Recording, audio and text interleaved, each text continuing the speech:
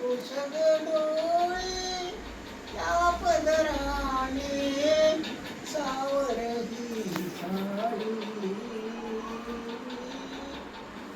पदरपणी मला ठेवून जा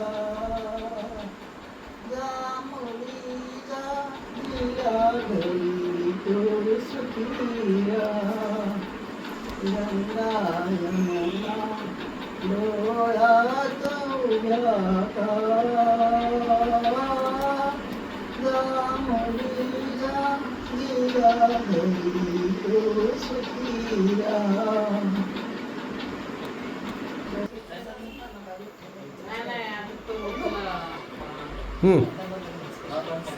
मला आता एक सांग की आप्पा बाबा तुला कधी बघायला आले होते आणि त्यावेळेसचा काही प्रसंग ते कसे बघायला आले काय झालं त्यावेळेस बघायला चालेल बघायला शेतात बघितलं त्यांना. आमचे वडील आणि आंधळीचे मामा गेले होते मामा योगाने त्याला जे मामाने सांगितलं स्थळ ते बघायला गेलो असं होतो असं आहे तेव्हा? स्थळ हे आंधळीच्या मामाने.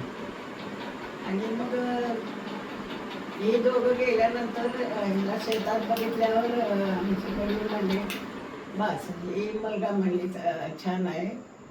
तेवढ्यावरच त्यांना ते म्हणजे कपडे सुद्धा त्यांच्या अंगावर नसताना त्यांनी पास केला असं म्हणजे असं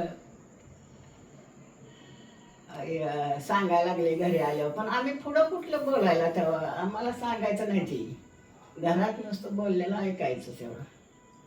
पण ते आमचे मामा चांगले होते ते आंधळीचे मामा म्हणले ती स्थळ चांगलं आहे आपण दादांना म्हणले ती बघून येऊ. म्हणले बरं. मग तिथं पसंत केलं की लगेच आम्हाला बघायला आली इकडं आमचे सासूबाई ते वाडीचे मामा आणि हे नव्हतेच त्यावेळेला बघायला नाही काय नाही. पहिलं तेवढी प्रथा नव्हती एवढी मुलगा यायचा हे असं मला मुलगी बघायची असं काही नव्हतं.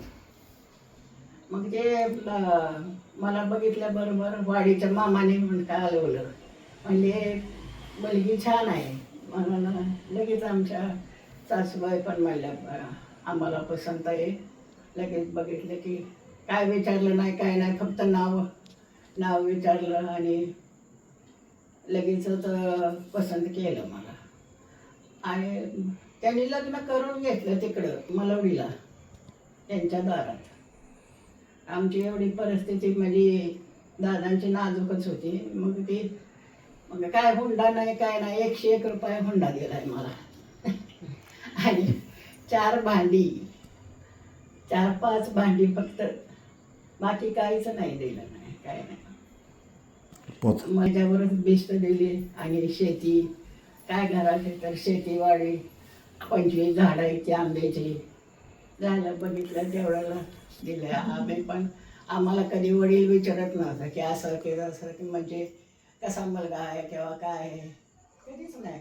लग्नातसुद्धा आम्ही म्हणजे विशेष म्हणजे आम्हाला इतकी भीती वाटायची की नुसतं थरथरान कापायचं बघितल्याबरोबर मुलगा म्हणजे नवरा मुलगा लग्न हे असलं काय कळतच नव्हतं ना. मग लग्न झाल्यावर सुद्धा काही कळत नव्हतं.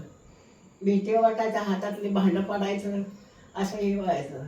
मग 2 वर्षानंतर लग्न झाल्यावर थोडंसं आम्हाला कळायला लागलं तिथं. मग कांदा पोहे केले का नाही? कडक होत्या सासूबाई कांदा पोहे केले का नाही कधी पाहुण्यांना? आणि मग आमचे हे लय समजूतदार होते पण सासूबाई कडक होत्या. सगळं म्हणजे हे करायचं समजूतीनं राहायचं हे करायचं बोलायचं हे करायचं. पण थोडंसं म्हणजे कळायला लागलं असं. तिथनं पुढं ही मुलं बिलं झाली. सासूबाईने आईचं प्रेम लावलं आम्हाला. चांगल्या होत्या म्हणजे कडक बी तेवढ्या आणि माया पण तेवढ्या होत्या. कांदा पोह्याचा कार्यक्रम काय लग्नानंतरच झाला का मग? लग्नानंतर काय आमच्या दोघी जावा आम्ही मोठी जाव चांगली होती आमची. आम्ही दोघींनी चांगलं एकत्र दिवस काढले.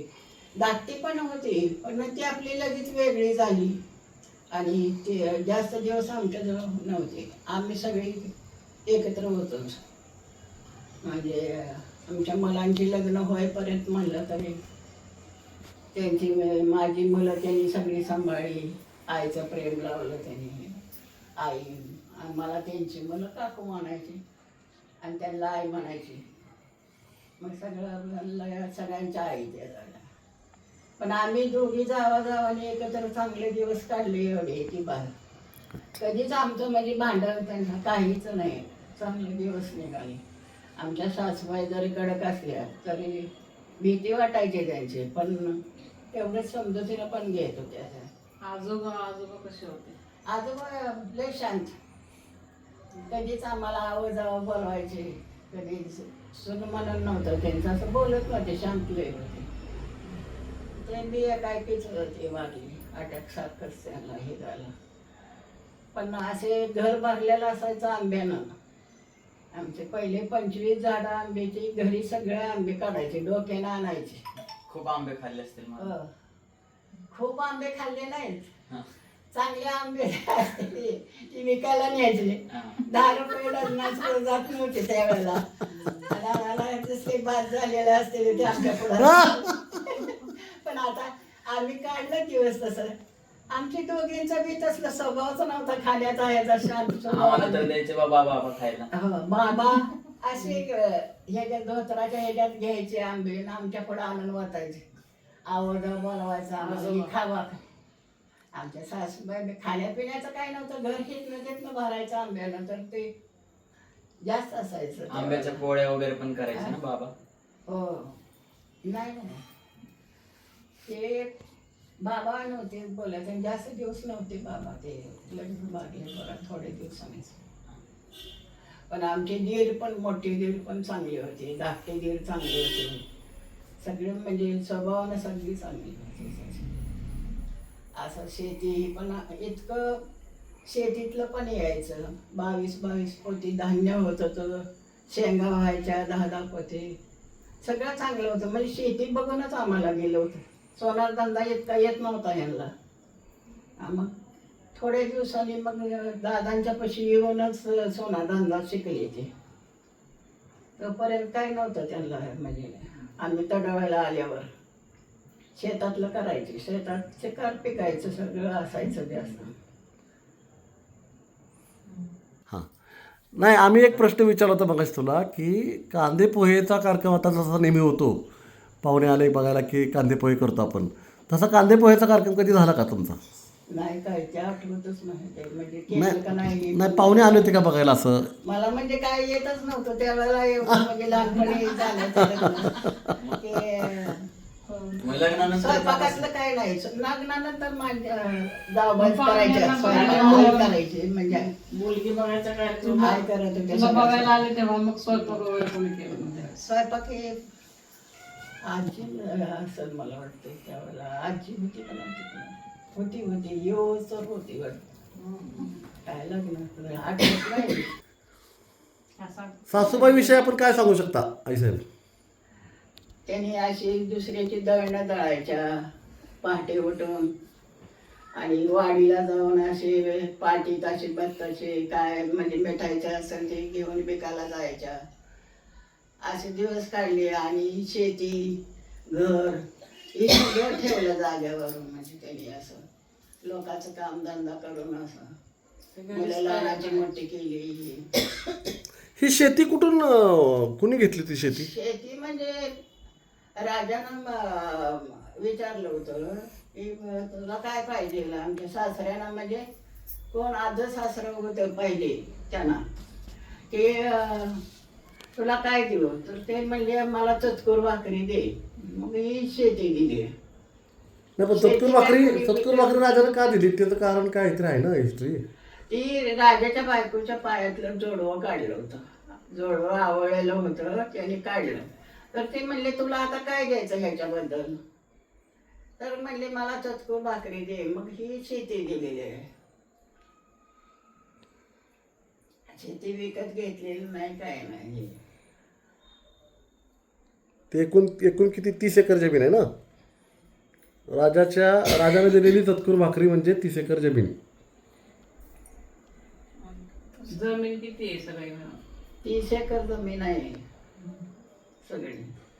काय डोंगरात मला दिले काय करायचं त्याला. म्हणजे इतकंही वाटायचं त्यावेळेला काय कळतंय यायचं म्हणले की सायकलवर यायचं हल्ला तर ते रडायला लागले की आजीनं म्हणायचं अगं सासरी जाताना रडत नाही ती रडायचं नाही मग अजिबात नाही रडायचं परत कळत नव्हतं काहीच सासर म्हणजे काय माहेर म्हणजे काय आणि इकडंच किती किती दिवस राहायचं 6-6 महिने दादाने यायचं नाही काय नाही याला ही तुम्ही झाल्यावर तर ती अशी पोरं आधी अर्धवट झाली ना मग ती म्हणायचं नको तिची पोरं अशी झाली ती तर आपल्या घरी नाही आणायची मी जायचं भेटायला जाणार तिकडं मग यायचं तीच सगळ्या डिलिव्हरी आजीनं केल्या आईचं प्रेम दिलं मस्त सगळं चांगल्या होत्या सासूबाई सांग तेवढे बाप